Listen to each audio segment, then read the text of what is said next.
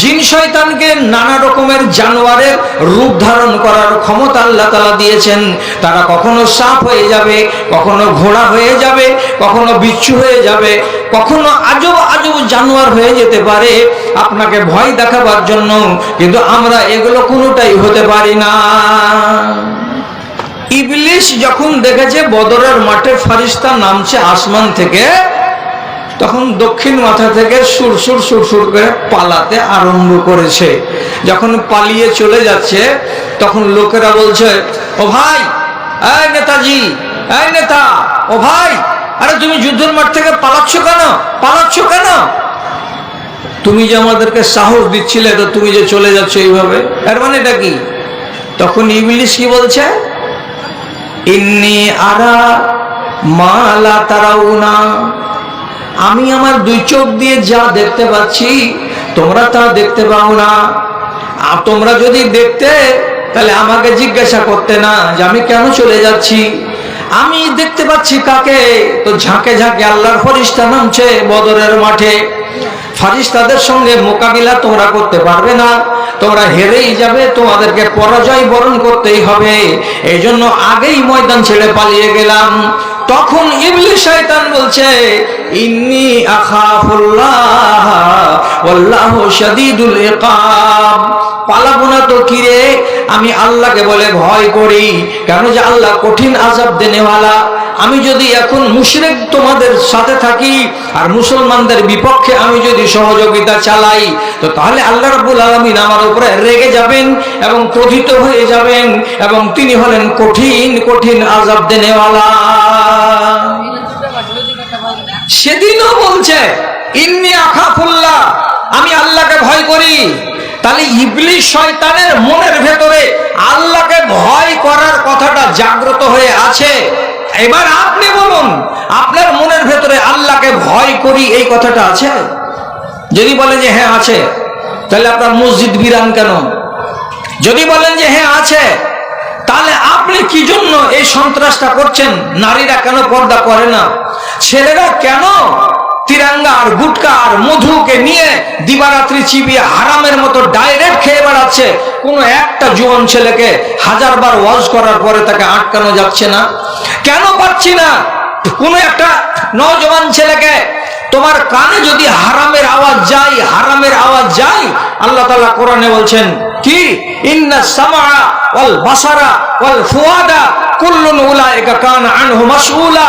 তোমার মুখকে প্রশ্ন করা হবে কিয়ামতের দিন, তোমার কানকে জিজ্ঞেস করা হবে কিয়ামতের দিন, তোমার চোখকে জিজ্ঞেস করা হবে কিয়ামতের দিন, কি তুমি দেখেছিলা, কি কানে শুনেছিলা, কি তুমি মুখে ভরেছিলা, এগুলো জিজ্ঞেস করা হবে। তাহলে কি তোমার সামনে কোরআনের কথাগুলো কোরআনের কথাগুলোর কোনো দাম নেই? এবার যদি দাম না থাকে তোমার নজরে, তার জন্যই তো তুমি সারা দিন লেবারি করছো। দিল্লিতে আর বোম্বাইতে 10 তলা বিল্ডিং এর লেবার, কেউ পাইলিং এর কাজ করছে, কেউ গাড়া, আর কেউ সিমেন্ট ঘাটছে, কেউ বালু উঠাচ্ছে, কেউ ইট সাজাচ্ছে। প্রত্যেকটা লেবারের আর প্রত্যেকটা মিস্ত্রির আপনি কানে দেখবেন ছোট্ট করে একটা যন্ত্র কানে ঢুকানো আছে, আর মোবাইল পিছন দিকে ফুল প্যান্টে গুজা আছে। সারাদিন কুর্নি চালাচ্ছে, সারাদিন বেলচা চালাচ্ছে, আর সারাদিন ওর কানের ভেতরে ইবলিশের কথাগুলো ঢুকতে আছে। ইমান খুঁজো, ইমানকে খুঁজো, লাইট মেরে মেরে খুঁজো, আর একবার করে জিজ্ঞেস করো। শয়তান বলছে ইন্নী আখাফুল্লাহ, আমি আল্লাহকে ভয় করি। তুমি মুসলমানের বাচ্চা, তুমি একবার বলো তো মুখে ফুটে যে আমি আল্লাহকে ভয় করি। নাই মুরদ নাই কাউরি কথা বলার।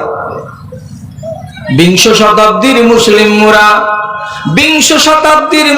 মোরা মোদের স্বরূপ এই ধর্মের টানে জনজাগরণে আমাদের সাড়া নেই। আমাদের মাঝে কোরআন রয়েছে, হাদিস রয়েছে, তাও আমাদের মাঝে কোরআন রয়েছে, হাদিস রয়েছে, তাও আলেম বকিছে দিন দিন করে, মুমিন দেখিতে পাও রে, মুমিন দেখিতে পাও। কত মাওলানা কবরে চলে গেল ওয়াজ করতে করতে, চোখের সামনে দেখেননি? মাওলানা মুসলিম রহমানী কে দেখেনি এখানকার লোক? চলে গেছেন কবরে। মৌলানা আব্দুল সত্তার রহমানী ওয়াজ করতে করতে কবরে চলে গেছেন। মৌলানা মোহাম্মদ হোসেন সালাফি সাহেব বক্তৃতা দিতে দিতে কবরে চলে গেছেন। মৌলানা আব্দুল ওয়াহাব রহমানী, এদেশের লোক আপনারা যারা বুড়া বুজুর্গ সবাই চেনেন, ওয়াজ করতে করতে ওনারা কবরে চলে গেছেন। কিন্তু নিজের জাতিকে, নিজের কওমকে সোজা পথে টেনে এদেরকে মুমিন মুত্তাকি বানাতে পারেননি। কেন? এই জন্য যে ইবলিশের তবলিগ হচ্ছে বেশি আর কোরআনের তবলিগ হচ্ছে কম। ভাইজান, ওর দিলের ভেতরে ভয় আছে আর আপনার দিলের ভেতরে ভয় নাই। আবু লাহাব তো জাহান্নামী, সন্দেহ আছে কারে? এ মজলিসে যতজন লোক আছেন, আবু লাহাব জাহান্নামী। আর আবু লাহাব জাহান্নামী বলে আবু লাহাবের নামে তো বদদুয়া আছে কোরআন মাজিদে। আপনারা যারা যারা নমাজি তারা তারা সূরা লাহাব পড়েন। কি আছে গোড়াখানে? তাব্বাত ইয়াদা আবি লাহাব। আবি লাহাবের দুখান হাত মাটিতে ঢুকে যা। আল্লাহ এত বড় বদদুয়া দিয়েছেন। কতদিন ধরে চলছে এই বদদুয়াটা? আজকে 1450 বছর হতে চললো। কতটা লোক বদদুয়া দিচ্ছে? সারা পৃথিবীর মাটিতে 209টা কি 8টা কান্ট্রি আছে। সারা দুনিয়ার যে কোনো কান্ট্রিতে মসজিদ আছে। আর 10টা 5টা করে হোক আর 20টা করে হোক, প্রত্যেক টাইমে নামাজি মসজিদে যাচ্ছে, নামাজ আদায় হচ্ছে। প্রত্যেকটা মসজিদে যে কোনো নামাজি 2টা 4টা তাব্বাত ইয়াদা পড়ছেই পড়ছে। তাহলে এই সিলসিলাটা সারা দুনিয়া ব্যাপী চলছে। কতদিন ধরে চলছে? তাহলে রাসূলুল্লাহর যুগ থেকে নিয়ে আজ পর্যন্ত 1450 বছর ধরে আবু লাহাবের হাত মাটিতে ঢুকে যাক, আবু লাহাবের হাত বরবাদ হয়ে যাক বলে এই বদদুয়া চলতে আছে। এত বড় জালেম এই জান্নাত পাবে? জান্নাত পাবে না। অথচ তার দিলের ভিতরে রাসূলুল্লাহর উপরে কতখানি বিশ্বাস ছিল, এটা আল্লাহর নবী, এই কথাটা তার অন্তরে কত শক্ত হয়ে গেঁথেছিল। আপনি আন্দাজ করে দেখুন যে আপনার অন্তরে এতটা শক্ত হয়ে গেঁথে আছে না নাই। আবু লাহাবের একটা বেটার নাম হলো ওতবা। ওতবা রাসূলুল্লাহর একটা বেটি তার কাছে ছিল, বিয়ে হয়ে। আবু লাহাব নিজের বেটাকে বলছে, দুশ্মনের বেটিকে বাড়িতে রাখা যাবে না, জলদি হাঁকা। যদি না বাদ দিবি, তালাক না দিবি, তাহলে তোকে বেটা বলে মানবো না, তুই আমাকে বাপ বলবি না। বাপের সামনে বেটা কি আর টিকতে পারে? যে নেতা, মক্কার এত বড় তাবড় নেতা। আবু লাহাব যখন বেটাকে বলল, নবী মুহাম্মাদের মেয়েকে এখান থেকে ভাগিয়ে দে, অথবা কি করলো? রাসূলুল্লাহর সামনে গেল, এটা মক্কার কথা। আর যাওয়ার পরে বলছে, এই তুমি আমার বাপকে অপমান করেছ। কি অপমান করেছি? বলছে, মুসলমানেরা একটা কথা পড়ছে, এটা কোরআনের কথা, তো যতদিন কোরআন থাকবে ততদিন তো আমার বাপের নামে এই কথাটা চলতে থাকবে। কি বলেছ? তাব্বাত ইয়াদা আবি লাহাবিন ওয়া তাব। আবু লাহাবের হাত দুখানা মাটিতে ঢুকে যা। এত বড় অপমানজনক কথা তুমি আমার বাপকে কেন বলতে গেলে? এই রাগের জ্বালাই ওতবা করলো কি, দূরে থেকে রাসূলুল্লাহর মুখের দিকে থুথু চালিয়ে দিল। আর দেওয়ার পরে বলছে, তোর বেটিকে নিয়ে যা, তোর বেটিকে আমার বাড়িতে রাখবো না, তোর বেটিকে অপমান করে লজ্জিত করে বাড়ি থেকে বের করে দিয়েছি, ওই দুশমন তোর বেটি আমার বাড়িতে থাকবে না। রসুলকে যখন লাংতান করে বকলো, তখন আল্লাহ পাকের রসুল এতটি মানুষের সামনে এই লাংতান কথাগুলো শুনে মনে মনে দুঃখিত হলেন। আর মানুষের মনে যদি দুঃখ আসে, তখন মানুষ আল্লাহকে ধরে না। বেটাতে যদি জ্বালাই খুব বেশি বাপকে, তো বাপ কি বলে, তোকে তো মারতে পারবো না, আল্লাহ তুমি বিচার করিও, বলে না? আপনার আর আমার শেষ অস্ত্র কি? আল্লাহর কাছে চলে যাওয়া। তো আল্লাহ পাকের নবী তখন করলেন কি, যে তুই তো বড় নেতার বেটা, তোকে ছুঁতে পারবো না, তোকে মারতে পারবো না, তাহলে আমি আল্লাহকে তো একটা কথা বলতে পারবো। সাথে সাথে নবীজি কি বললেন, আল্লাহুম্মা সাল্লিত আলাইহি কলবান মিন কিলাবিকা। এ আল্লাহ, এই যে আমার সামনে আবু লাহাবের বেটা এত অপমানজনক কথা আমাকে বলে দিল, উচ্চ বাচ্চ করে কথা বললো, আমাকে বেইজ্জত করলো, আমাকে এত লোকের সামনে লাঞ্ছিত করলো, তার জন্য আমি তোমার কাছে দোয়া করছি, হে রব্বে কারীম, এই জালেমটার জন্য তার তকদিরে একটা কুকুরকে নিযুক্ত করে দাও। তোমার দুনিয়াতে হাজার হাজার কুকুর আছে, হাজার কুকুরের মধ্যে থেকে কোনো একটা কুকুরকে ওর জন্য নিযুক্ত করে দাও, যাতে করে তার মরণটা ওই কুকুরের হাতে হয়, যাতে করে ওর মরণটা কুকুরের কামড়েই হয়ে যায়, তাছাড়া যেন এই কুত্তার বাচ্চা দুনিয়া থেকে না মরে। শুনলেন রাসূলুল্লাহ কি বললেন? অনেক কুকুরের মধ্যেকার কোনো একটা কুকুরকে এর উপরে তুমি নিযুক্ত করে দাও, যাতে কুকুরের আক্রমণে এই মানুষের রূপী কুকুরটা মরে যায়। আচ্ছা, একে তো নবী বলে বাপও মানে না, একে নবী বলে তো বেটাও মানে না, আবার এই লোকের জন্য রাসূলুল্লাহ দোয়া করলেন। বেটা বাড়ি গিয়ে নিজের বাপকে বলছে, বাজান ওর বেটিকে তালাক দিয়ে দিয়েছি, বেটিকে জমা দিয়ে দিয়েছি, আর ওর মুখে থুথু ছিটিয়ে দিয়েছি 20-25 জন লোকের সামনে। বাপ তো বগল বাজাচ্ছে, বারে বেটা তুই আমার ধন্য ছেলে রে। তারপরে তখন বলছে, আর কোনো কিছু হয়েছে নাকি রে? তখন বেটা বাপকে বলছে যে, বাজান রাগের জ্বালাতে এই মুহাম্মদ একটা কথা আমাকে বলেছে। তো কি বলেছে রে? কি বলেছে? বলছে আল্লাহুম্মা সাল্লিত আলাইহি কালবান মিন কিলাবিকা। এটা আরবি ভাষায় কথাটা, ওরা তো আরবের লোক, একটা একটা করে ভাষা ওরা বুঝে। যেমনি আবু লাহাব কথাটা শুনতে পেল, সঙ্গে সঙ্গে গালে হাত দিল, আর দেওয়ার পরে বলল, কোন ঝামেলাতে পড়লাম রে বেটা? কোন ঝামেলাতে পড়লাম মানে কি? এ কথাটার মানে কি? মানে আর বুঝিস না, একটু অপেক্ষা কর, ইন্তজার কর, সাবধানে থাক, সাবধানে থাক। 1 মাস পরে বেটা টাকা পয়সা নিয়ে সিরিয়া যাবে ব্যবসা করতে। মক্কা থেকে দল যাচ্ছে, দল। এই দলের সঙ্গে আবু লাহাবের বেটাও যাবে, এই শয়তান ওতবা। তো যখন উট সাজা হয়ে গেছে, ব্যাগ ট্যাগ নেওয়া হয়ে গেছে, তলপি তল্পা সব সাজিয়ে গুটিয়ে নিয়েছে, তো যখন রওনা দিচ্ছে 20টা লোকের কাফেলা, তখন আবু লাহাব নিজের বেটার কাছে যেয়ে ঘাড়ে হাত দিয়ে করেছে, বেটারে ইন্নী লা আশাদ্দুন নাসে খাউফান আলাইকা মিন দুআইহি। আয় বেটা শুন, ওই যে নবী মুহাম্মদ তোর নামে বদদুয়া করে দিয়েছে, তো আমি এত বেশি ভয় করি, আমি এত বেশি ভয় করি ওই লোকটার কথাকে, যে এতটা ভয় সারাটা মক্কাতে কেউ করে না। তোর সম্বন্ধে যে একটা বাজে কথা বলে দিয়েছে নবীজি, কাজে তুই যখন বিদেশে যাবি তো বেটারে খবরদার সাবধানে থাকবি, সাবধানে থাকবি। আমাকে ভয় লাগছে, মুহাম্মাদের কথাটা ভুল হবে না, সত্য হয়ে যাবে। আর যদি তোকে রাস্তাতে কোনো কুকুরে কামড়ে দেয়, তার জন্য আমার ওসিয়ত হলো এই, রাতের বেলায় যখন ঘুমাবি তখন কিনারায় ঘুমাবি না।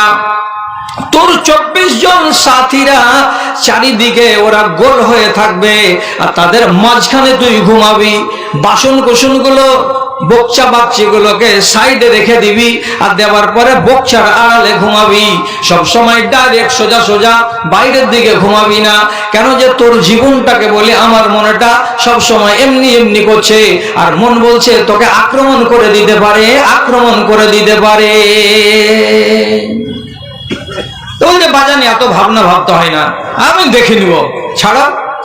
চলে গেল বিদেশে, সিরিয়ার মাটিতে গিয়ে ব্যবসা করতে পায়নি, তার আগে এক মঞ্জিলে রাতের বেলায় বিশ্রাম নিচ্ছে এরা সবকটি সাথী। আর আবুল আহাবের বেটাকে মাঝখানে শুইয়ে রেখেছে যে আমাদের নেতা, আমাদের গুরু তো বলে দিয়েছেন যে আমার ছেলেকে সব সময় তোরা ঘেরে রাখবি, দেখে রাখবি, কেন যে এর উপরে মুহাম্মদ সাল্লাল্লাহু আলাইহি সাল্লামের বদদুয়া আছে, কাজে কেউ যেন আক্রমণ না করতে পারে, ঘেরেই রেখেছে। রাতের বেলায় সব আপন আপন সিটে গোল হয়ে শুয়ে ওকে যোগানদারিও করছে আর নাক ডাকিয়ে সবাই ঘুমাচ্ছে। এমন সময় জঙ্গল থেকে একটা নেকড়ে এলো। এটা কুকুর থেকে একটু বড় আর বাঘ থেকে অনেকটা ছোট। আল্লাহ পাকের রাসূল মুখে বলেছিলেন কালবুন মানে কুত্তা, কিন্তু এর অর্থ হলো কি চার পায়ের জানোয়ার। রাত্রি 12টার সময় একটা নেকড়ে এলো আর নেকড়ে এসে একটা একটা করে শুকতে আরম্ভ করলো। শুকে শুকে শুকে শুকে দেখতে লাগলো, এটাকে শুকে দেখছে। ও লোকটা তো নিন পাচ্ছে, শুকে দেখে বলছে এটা নাই। আরেকটাকে শুকে দেখলো, এটা নয়। 2-4-5টাকে শুকে দেখে লাফ মেরে ভিতর দিকে এসে এই যে একলাই শুয়ে আছে বাক্সা বক্সার গোড়ায়, একে শুকে দেখছে এমনি করে নাক লাগিয়ে। যেমনি শুকে দেখা আল্লাহর কুদরত, বাঘকে আল্লাহ রাব্বুল আলামিন কি এমন দিলেন নেকড়েকে যে ও শুকে বুঝে নিল যে এইটাই সেই আসামি, এটাই আবুল আহাবের বেটা, আর একেই মারার জন্য আল্লাহ তাআলা আমাকে ইলহাম করেছেন। রাত্রে বেলায় বাঘ ওকে ওই ভিড়ের মধ্যে গিয়ে নেকড়েতে দিল কামড়, গলাকে কামড়ালো, ললিকে ছিঁড়ে দিল, গর্দনকে ফেড়ে দিল, মুখকে আঁচড়ে দিল।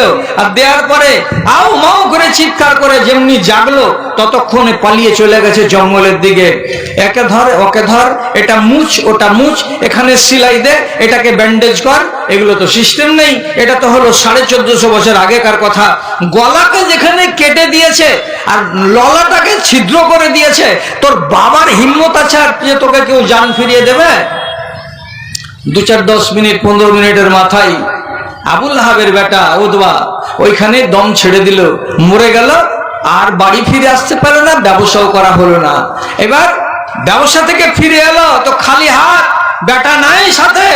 সেদিন আবুল আহাব বলছে আল্লাহু আকবার, তোমার দুয়ার ভেতরে এত তাসির আছে, তোমার দুয়ার ভেতরে এতটাই রব্বুল আলামিন ক্ষমতা দিয়েছেন, এক পাই উল্টা হলো না, ঠিক 4 পায়ের জানোয়ার নেকড়ে ভাগে আমার বেটাকে কামড়ে শেষ করেছে।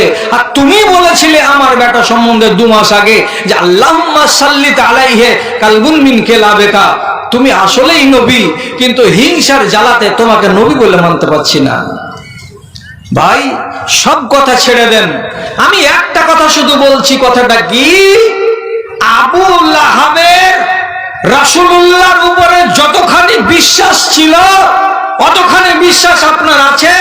যদি বলেন যে হ্যাঁ আছে, তাহলে আপনাকে আমি বলছি, পরিষ্কার ভাষায় বলছি, যারা আজ রাসূলুল্লাহর কথাকে অমান্য করো, রাসূলুল্লাহর কথাকে যারা অমান্য করো, যারা নিশা খেয়ে খেয়ে দিন কাটাও, যারা কানে ইয়ারফোন লাগিয়ে সারা দিন গান শুনে শুনে দিন কাটাও, যারা চেহারাতে সুন্নতি দাড়ি রাখতে পারোনি, যারা নামাজের আজ পর্যন্ত ধার ধারণা, যাদের রুজি হারাম, যাদের ব্যবসা হারাম, তারা মনে রেখো আল্লাহর রাসূল তোমাদের জন্য চোখের পানি ঝরিয়ে কেঁদেছেন, রাত রাত কেঁদেছেন। আবার ওই নবী তোমাদের মতো মানুষগুলোর বিরুদ্ধে কিয়ামতের দিন আল্লাহ তাআলার কাছে অভিযোগ দায়ের করে দেবেন। তুমি জানো না? আরে তুমি নাফরমান হয়ে মরতে গেলে তোমার বিরুদ্ধে আল্লাহর নবী আল্লাহর সামনে অভিযোগ করবেন, একদম সামনাসামনি, লুকা ছাপা কথা নয়।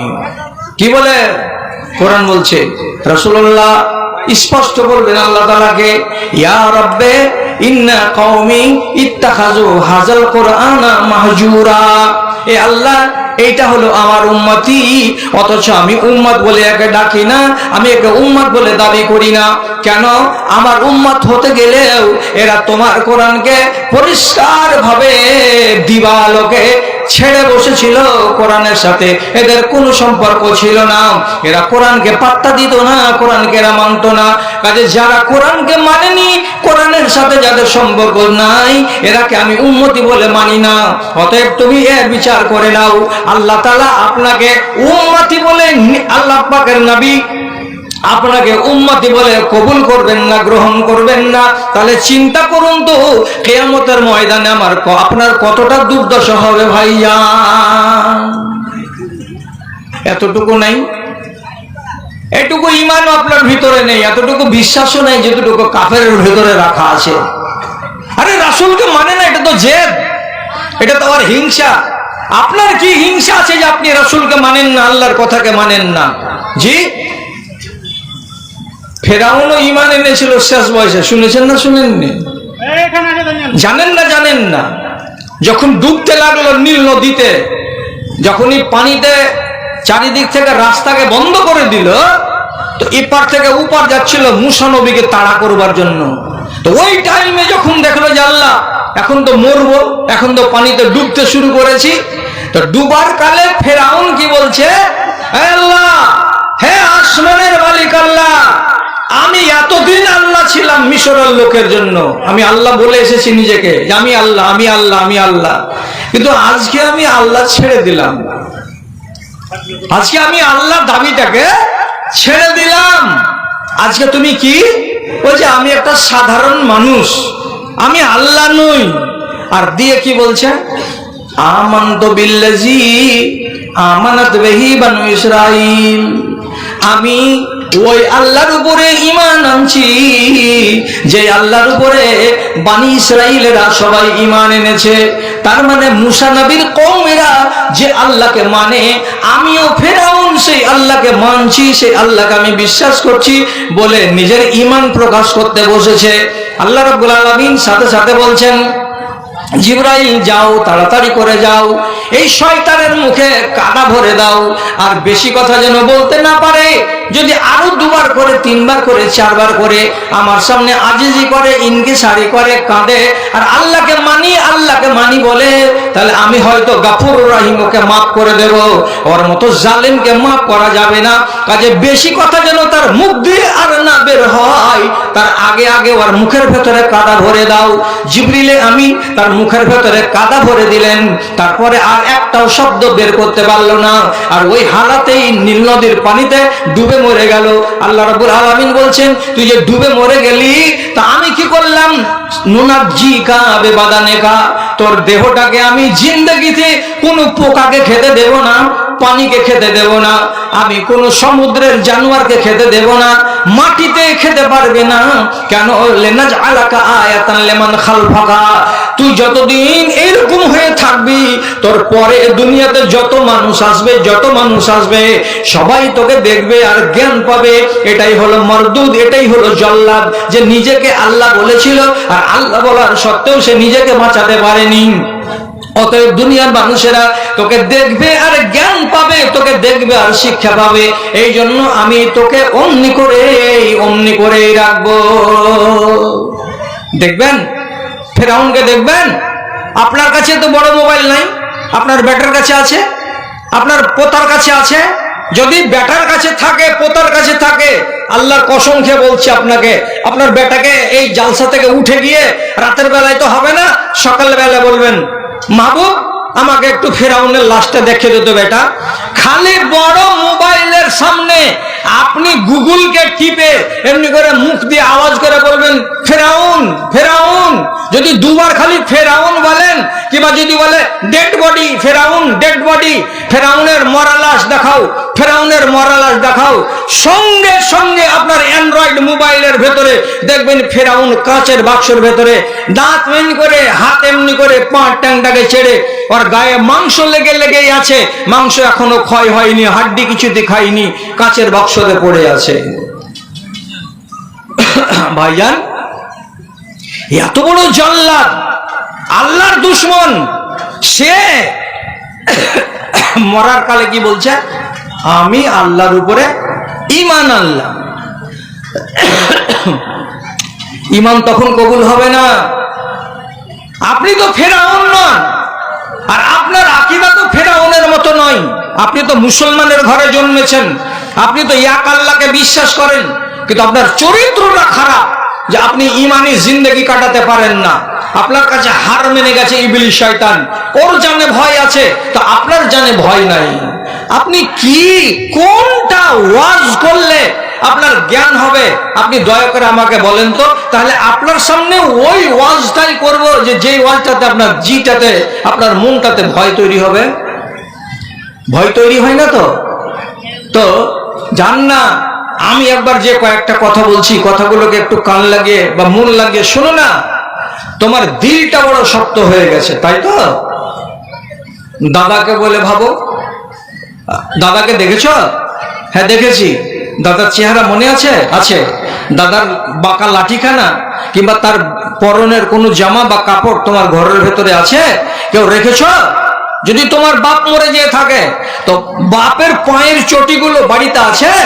বাপের ব্যবহার করা চাদর কিংবা লাঠি কোনো জিনিস আছে তোমার বাড়িতে? যদি থাকে, তোমাকে বলছি, যদি থাকে তো জিনিসগুলো বের করে একবার দেখো, দেখে মনে মনে বলো, ইস, এই লাঠিখানা হাতে করে আমার বাপ বেলা 10টার সময় বের হতো, আর জমির আলকিয়ার গুলোকে দেখে জোহরতে বাড়ি আসতো। এই লাঠিখানা মাঠে মাঠে মাঠে মাঠে ঘুরে বেড়াতো। আমার বাপ কবরে চলে গেছে, আর লাঠিখানা আমাদের কাছে থেকে গেছে। তুমি যদি এই কথাটাকে ভাবো, আর তোমার বাপের ছেড়ে যাওয়া কুর্তা জামা কিংবা লাঠি কিংবা জুতা কোনো জিনিসকে দেখো, তো তোমার ভেতর যত বড় জল্লাদ হোক না কেন, একবার না একবার কেঁপে উঠবে, আল্লাহ এই অবস্থা আমারও হবে, আমারও হবে। কেউ রাখে না এই জিনিসগুলো, কেউ রাখে না। এগুলো মানুষকে রাখতে হয় বাঁচিয়ে, আল আউলাদকে দেখাবার জন্য। আমার বাপ হোসেন সালাফি সাহেবের লেখা যতগুলো খাতা আমি রেখেছি, আমার আব্বাজির মরা আজকে 23 বছর হয়ে গেল, অথচ 17 বছর 18 বছর হয়ে গেল। আমার বাপের মরে যাওয়া এতদিন হয়ে গেল, তার ব্যবহার করা পাঞ্জাবি আমার বাক্সতে রাখা আছে ঝকঝকে। ইচ্ছা করলে আমার বাপের পাঞ্জাবি আমি গায়ে দিতে পারি। আমার বাপের মাপ আর আমার মাপ কাছাকাছি এক, কিন্তু আমি গায়ে দিই না, আমি বাঁচিয়ে রেখেছি। আমার স্ত্রী জানে, আমার একটা বেটাও জানে যে এটা আমার দাদার পাঞ্জাবি, আমি জানি যে এটা আমার বাবার পাঞ্জাবি। আমার বাপ পাথরের দাঁত ব্যবহার করতেন, মরে গেছে, তার দাঁত মুখ থেকে খুলে আমরা কোটাতে রেখেছি। আমার বাবার জুতা জোড়া আজকেও, আমি বাস করি শামসিতে, কিন্তু আমার জন্ম বাড়ি হচ্ছে বিশনপুরে। আমার ঘরের ভেতরে কার্টুনে আমার বাবার জুতা আজও আছে। আমার বাপের প্লাস্টিকের লাগানো দাঁতগুলো আজও আমরা রেখেছি। দরকার লাগে তখন আমরা মাঝে মাঝে দেখি। দেখতে গেলে মনটাতে কি বলে, এই বাড়িখানা সালাফি সাহেবের ছিল, এই ঘরখানাতে তিনি শুয়ে থাকতেন। ঘরখানাকে ছেড়ে বাসতলার ঘরে চলে গেছেন। আমরা এই ঘরের মালিক হয়েছি। এখন আমার বয়স 64 বছর পূর্ণ হয়ে গেল। আমি বারবার বলি, বারবার যখন তখন বলি, এই ঘরখানা ছেড়ে আমাকে আমার বাপের পাশে বাসতলায় চলে যেতে হবে, ওই ঘরে। আর এই ঘরখানাকে আবাদ করবে কে? তো আমার ছেলেরা। মরণকে স্মরণ করো, বাকড়ামি কমে যাবে। আম্মা আয়েশা একদিন বসে আছেন বাড়িতে, এমন সময় একটা মেয়ে ছেলে এলো। আসার পরে বলছেন, ইস্তাকাত কাসাওয়াতা কালবেহা। আয়েশাকে বলছেন, মা আয়েশা, আমার দিলটা বড্ড কড়া। এই কে আছে? মারো মারো মারো, ভাগান লোকে, হেড করে ভাগান। তো ছেলের কিছু কইতে দিয়ে কেমন মানুষের ভেতরে চলে এসছে রে, তোকে বেঁধে আমি শামসি নিয়ে চলে যাবো একবারে, তুই চিনিস?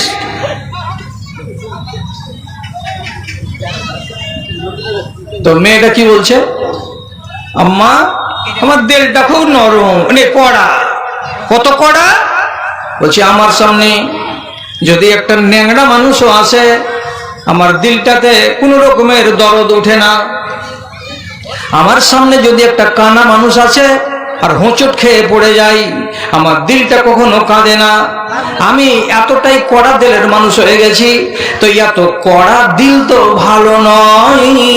তো আমার দিলটা কিসে নরম হবে, কি করতে গেলে আমার মনটা নরম হবে, এমন একটা জিনিস শিখিয়ে দেন।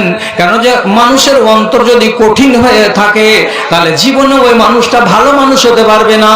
তার জন্য আমি চাইছি আমার মনটা যেন নরম হয়ে যায়। কি করতে হবে, কি করব তাহলে নরম থাকবে দিলটা?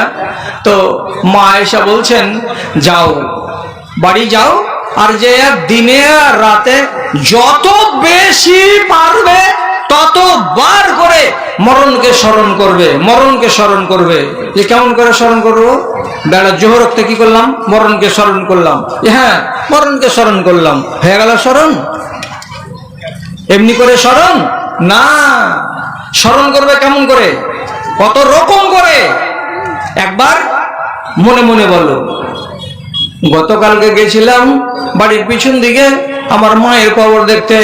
আমার মায়ের কবরকে দেখলাম, তো আমার মায়ের কবরটা 1 বছর মাত্র হলো, মাঝখান বসে গেছে, মাটিটি কবরের ভেতরে ঢুকে গেছে। তো মনটা কি বলছে, আমার মার বুকের উপরে 1 মণ মাটি চেপে আছে, আমার মাকে কত যে কষ্ট হচ্ছে। জাফরির টাটি গেলা সব পুরানা হয়ে গেছে, ওখানে বর্ষার পানিগুলো সব ঢুকে ঢুকে যাচ্ছে। যখনই মনটা এরকম হলো, তখন জিটার ভেতরটা কেমন করে উঠলো। করেছিল জিটা কেমন? হ্যাঁ করেছিল। একদিন হয়ে গেল, আর একদিন মরণকে ভাবো। কি ভাববো? বলছি আমি গত সপ্তাহে আমাদের পড়োশিতে একটা মেয়ে ছেলেকে দেখতে গেলাম, ফুরাত ছিল মেয়েটা, মানে কি মরছিল, ফুরাত ছিল মেয়েটা। আমি দেখতে গেলাম, তো বেচারি জোরে জোরে জোরে জোরে নিঃশ্বাস নিচ্ছে, আর তার এই পাখরির হাড়গুলো এমনি করে উপর দিকে চেড়ে চেড়ে যাচ্ছে, উপর দিকে চেড়ে চেড়ে যাচ্ছে, মুখটাকে হা করে দিচ্ছে। পানি যদি মুখে 1 চামচ 8 চামচ দেওয়া যাচ্ছে, একটু পানি ভিতর দিকে যায় না, ডান দিকের কলসাটা দিয়ে সব চুয়ে চুয়ে চুয়ে চুয়ে পড়ে যাচ্ছে। তার সামনে আমরা কত কথা বলছি, কে বলছে লা ইলাহা ইল্লাল্লাহ, কে কোরআন পড়ছে, কে কি করছে, কিন্তু কিছুতেই কিছু হয় না। মেয়ে ছেলের তার কাছে মরণের কালে যখন খাড় হয়ে হয়ে দৃশ্যগুলো দেখলাম, তো ভিতরটা যেন জড়ো হয়ে গেল, লাড়ুসড়ো হয়ে গেল। আল্লাহরে, মরণের বেলা কত কষ্ট হয়।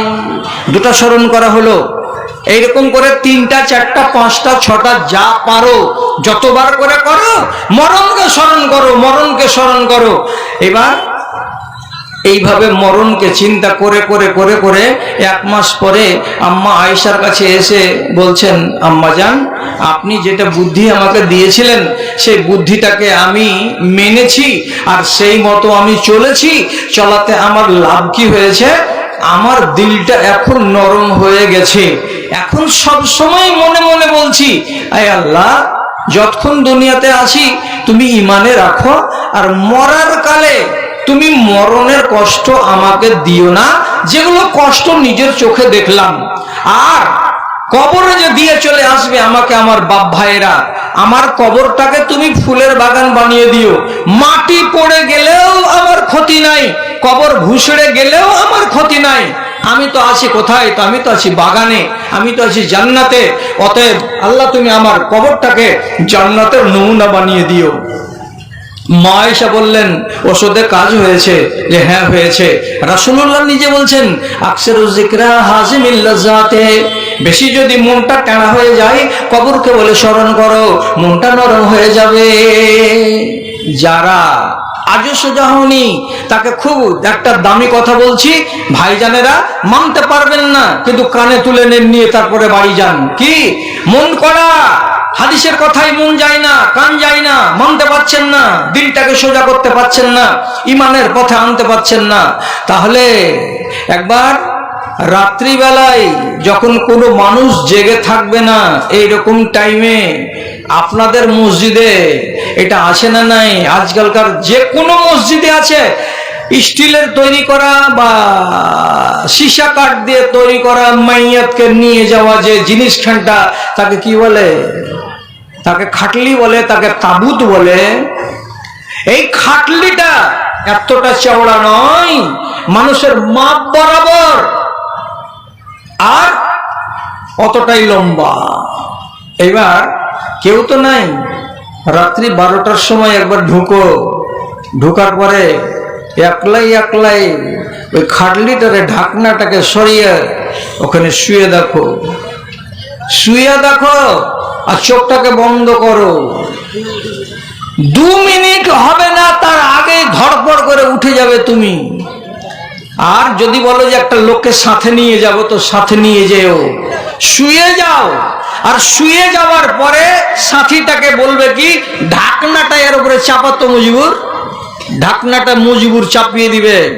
তারপরে দেখবেন চোখটাকে খুলে বলবে, ওরে সুবহানাল্লাহ, হবে থাকা যায় না, হঠাৎ জলদি করে, হঠাৎ তাড়াতাড়ি করে নামা। আজকে তো তাড়াতাড়ি করে নামিয়ে দিবে, আর তোমার জান আছে বলে তুমি উঠে চলে আসবে। আর যেদিন তোমার জীবন থাকবে না, সেই দিন এই খাটলিতে তোমাকে শুয়ে কবরের দিকে যখন নিয়ে যাবে, তখন তুমি কি বলবে? তোমার জানা আছে যে তুমি কি বলবে সেই দিন? বলছে না, জানা নাই। ভালো করে বুঝুন, যে কোনো মরা মানুষকে গোসল দেওয়ার পর কাফন পরিয়ে যখন খাটলিতে শুইয়ে বাইরে গলিতে আনা হবে, তখন গলিতে যে রাখে যে 10 মিনিট দেরি আছে, 15 মিনিট দেরি আছে, তো ওই সময়টুকুতে ছেলে হারিয়ে গেছে। হ্যাঁ, একটা ছেলে হারিয়ে গেছে। কই ছেলেটা? ঘুরে পায় না তো, হারিয়ে গেছে। কত বড়?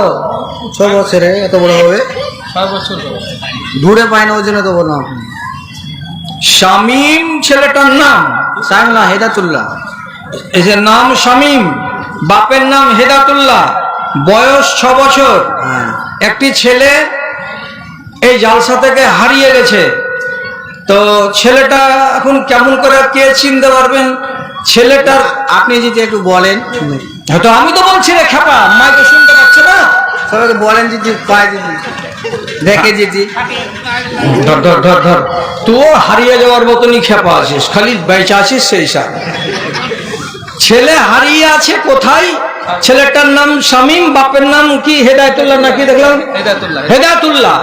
তো দেখেন তো, যদি কাউরি জানা টানা থাকে, কোনো যদি বাচ্চাটা ঘুমিয়ে টুমিয়ে থাকে বা কান্দাকাটি করে, তো একটু স্টেজের কাছে নিয়ে এনে দিয়েন তো। অনেকক্ষণ থেকে বাচ্চাটা পায় না ছেলেটাকে, মোগরব থেকে পাইছে না, যা ঢুকগা আরো যা।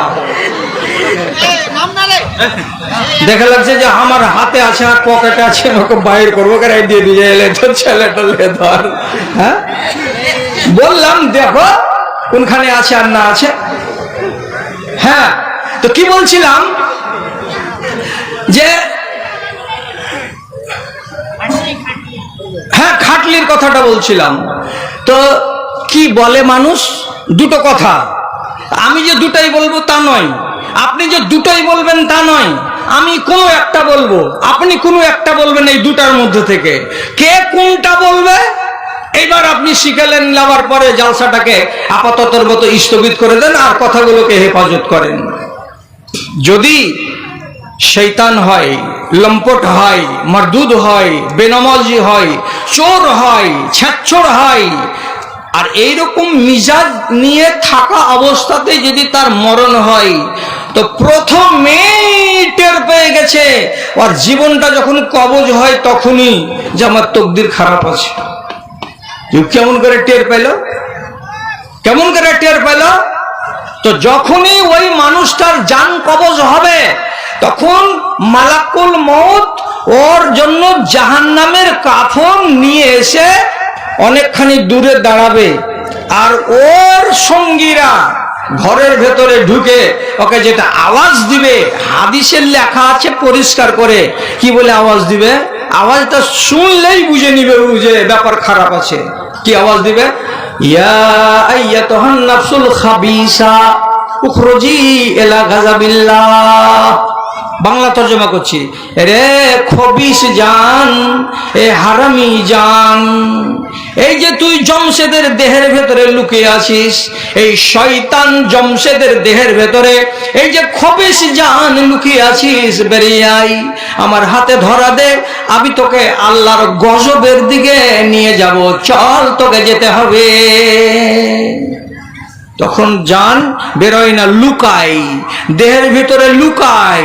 তো লুকিয়ে তুই পারবি আজকে কে এসেছে? তখন ফেরেশতা কি করবে? ওকে যেমন আপনারা দেখেছেন আমরা যাকে কুশর বলি, কুশরকে মেশিনে ভরতে গেলে রস বেরিয়ে যায় আর উল্টো দিকে ছোবড়াটা পড়ে যায়, ঠিক ওই রকমই করে পায়ের দিক থেকে চিপে চিপে চিপে চিপে নিংড়িয়ে বের করবে। কাকে? রুহটাকে। কেন?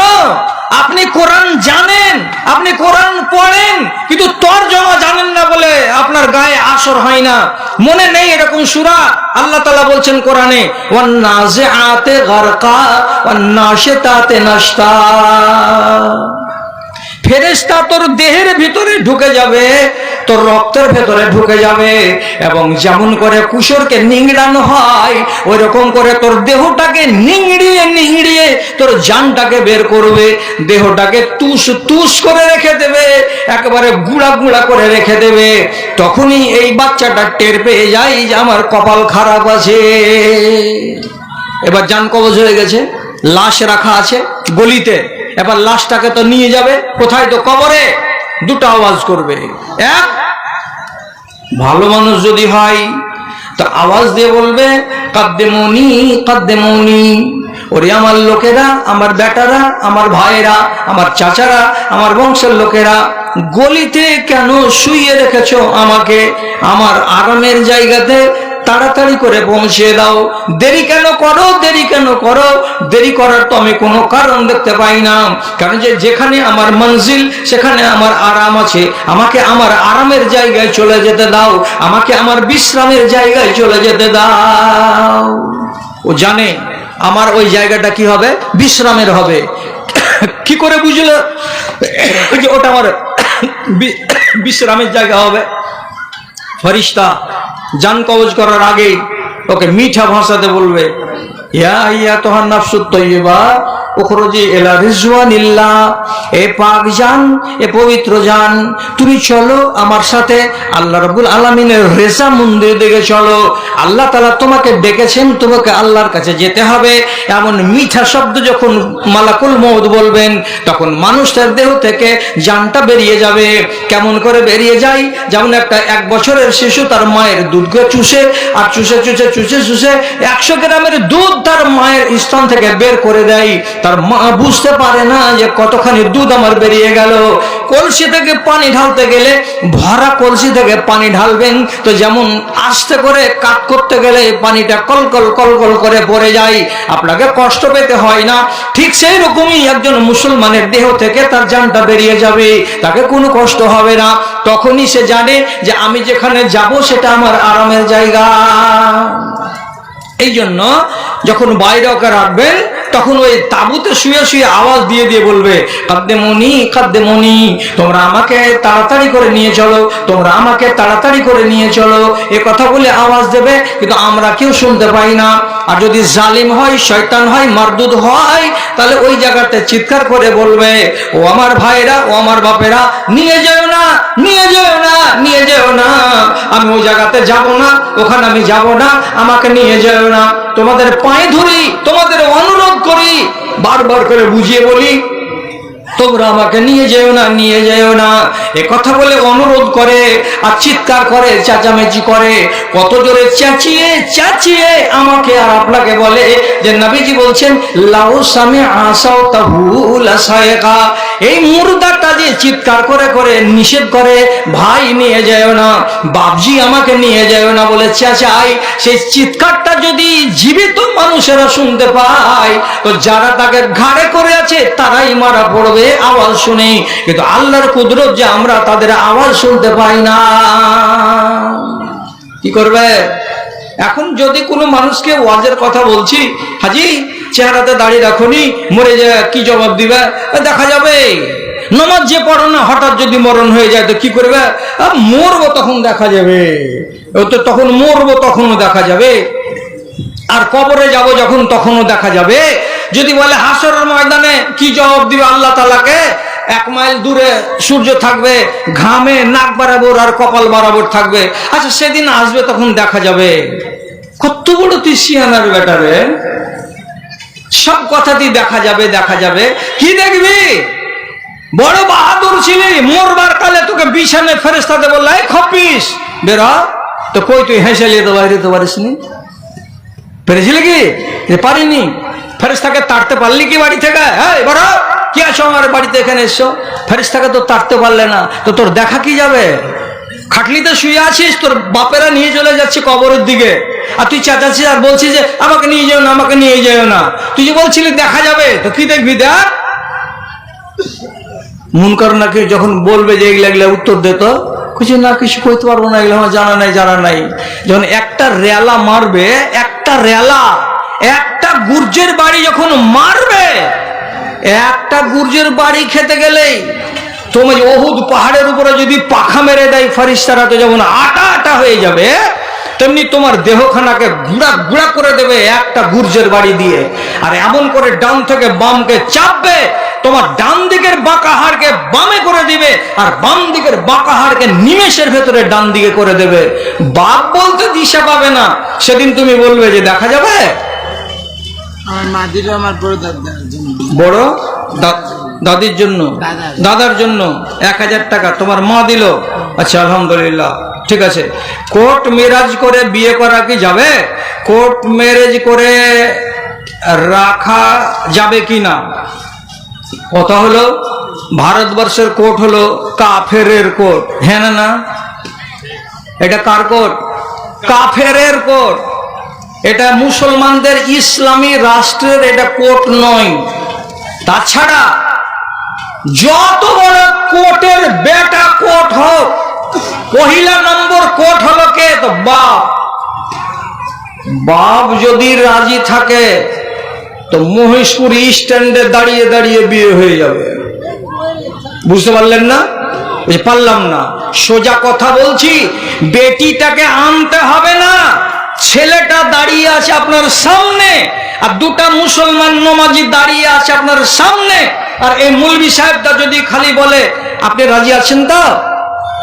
এ বেটির বাপ, আপনি রাজি আছেন এই মহবুল হকের সঙ্গে আপনার মেয়ের বিয়ে দিব? রাজি আছেন? হ্যাঁ রাজি আছি। রাজি আছেন তো? রাজি আছি। রাজি আছেন? রাজি আছি। দুটা লোক শুনলো আপনার মেয়ের বিয়ে হয়ে গেল, আপনারা মনে মনে বলবেন খুতবা কই, মোহর কই, পাঞ্জাবদা কই, বারাতি কই, বরযাত্রী কই? আরে খেপা আল্লাহর বান্দারা, আমি বলছি যেটুকা জরুরি সেইটি বলছি। যদি খাঁটি সুন্নতি বিয়ে করতে হয় তাহলে মসজিদে বসতে হবে, মেয়ের বাবা হ্যাঁ বলবে, কাজী সাহেব দুটা লোকের সামনে খুতবা পড়িয়ে মোহর উল্লেখ করে ওকে ইজাব কবুল করাবে। এটা হলো নাম্বার 1 সুন্নতি বিয়ে। আর যদি বলে কি বিয়ে জায়েজ হবে কিসে, তো শুধু বাপ যদি বলে দেয় দুটা লোকের সামনে, আর এই মৌলভী সাহেব যদি বলে দেয় আপনার মেয়েকে আপনি মুজিবুর রহমানের সঙ্গে বিয়ে দিলেন, রাজি আছেন? আমি বিয়ে দিচ্ছি ওর সাথে, বিয়েতে আপনি রাজি আছেন? বাপ যদি বলে দেয় যে হ্যাঁ আমি রাজি আছি, খুতবা নাই, বিয়ে হয়ে যাবে। মোহর উল্লেখ হয়নি, বিয়ে হয়ে যাবে। বিয়ে আটকাবে না। বেশি ঝামেলা করিয়েন না আমার সাথে। কেন? মোহর পরেও যদি উল্লেখ হয় তো হয়ে যাবে, মোহর লাগবে। কিন্তু বিয়ের টাইমে যদি মোহরের উল্লেখ না থাকে, বিয়ে জায়েজ, বিয়ে জায়েজ, বিয়ে জায়েজ। বাপ রাজি থাকলে মেয়ের বিয়ে হবে, আর বাপ রাজি না থাকলে কলকাতা হাইকোর্ট থেকে একটা কাগজ, আর গুয়াহাটি হাইকোর্ট থেকে একটা কাগজ, আর দিল্লি হাইকোর্ট থেকে আরেকটা, 3খান যদি কাগজ আনে কোর্ট ম্যারেজ করে বিয়ে হারাম, বিয়ে হারাম, বিয়ে হারাম। ওই মেয়েটি যতদিন ওর স্বামীর কাছে কোর্ট ম্যারেজ বলে থাকবে, যয় দিন ওর সঙ্গে মিলামিশা করবে তয় দিন ও ব্যভিচারী করবে, আর ওর পেট থেকে যেটা বাচ্চা পয়দা হবে সেটা জারজ বাচ্চা পয়দা হবে। এরা দুজনই হলো বেদিন। এরা যতকাল বাঁচবে এরা জেনা করে জেনা করে জেনা করে কবরে যাবে। হ্যাঁ, এটা লেন। আচ্ছা, তো ভাইজানেরা, আমার টাইম বোঝে নাই, সীমা নাই, লাগাম নাই। তো লাগাম না থাকতে গেলেও মাদ্রাসার তালবিল 50 টাকা। এই আব্দুল শুকুর ভোজপুরি, এর বয়স হলো 40-এর 2-1 বছর কম। 1.5 ঘন্টা করে উপালিয়ে গেল। তারপরে বুখারি, আজিজুর রহমান বুখারি, ওর নামে টাইম করা হয়েছিল, ওটাও 1.5 ঘন্টা, ও 1.5 ঘন্টা করে চলে গেল। আর আমার বয়স কত? তো আমার বয়স হলো কি এই অক্টোবর মাসের 14 তারিখে, এই গত অক্টোবর মাসের 14 তারিখে আমার 64 বছর পুরা হয়ে গেছে। এখন আমি 65 বছর রান করছি, আর ডবল দুটা অপারেশন করা লোক, আমার পেট কাটা আছে। তো আমাকে আপনি ঝামেলাই ফেলিয়েন না। আমার ঘড়িতে বলছে তোমার 1 ঘন্টা 37 মিনিট মুক্তি দেওয়া হলো। তো ঠিক আছে, অসুবিধা নেই। আপনি যদি বেঁচে থাকেন আর আমি যদি বেঁচে থাকি, আবার অন্য কোনো জায়গাতে আপনার সাথে আমার আলোচনা হবে ইনশাআল্লাহ। তো আজকে যতটি কথা বললাম তার শেষ কথা হলো এটাই, যে আপনাকে সংশোধন করব কি দিয়ে। একটু বসে যান, দিয়ে আমি শেষ করছি। টুপি মাথায় না দিলে নামাজ হবে কিনা? টুপি মাথায় না দিলেও নামাজ হবে, খালি মাথাতে নামাজ হবে, রুমাল দিলেও নামাজ হবে, রুমাল না দিলেও নামাজ হবে। তো কথাটা হলো এই, টুপিটা মাথায় দিতে গেলে দেখে সুন্দর লাগে। আর মুসলমানের নিয়ম হলো কি, সব সময় নিজের মাথাটাকে ঢেকে রাখা এবং জিনাত করে থাকা। তো আপনার দেহের যদি পোশাক হয় হাওয়াই শার্ট, আর পায়ের যদি পাতার পোশাক হয় মুজা, তো তাহলে পরে আপনার মাথারটা একটা পোশাক হবে। তো মাথার পোশাকটার নাম হলো টুপি। কাজে টুপিটা দিবেন তো দেখে ভালো লাগবে। এই হলো কথা। এছাড়া টুপি দেওয়া ফরজ নয়, ওয়াজিব নয়। পাগড়ি যদি পরে কেউ থাকে তাহলে এটা হলো সুন্নাত। অতএব টুপি মাথায় দিলে ভালো, আর টুপি মাথায় না দিলেও ভালো। আচ্ছা ভাইজান, আপনারা এইবার আমার ভাই পাড়া খালে করে 500 টাকা কি পাড়া? আকারি পাড়া।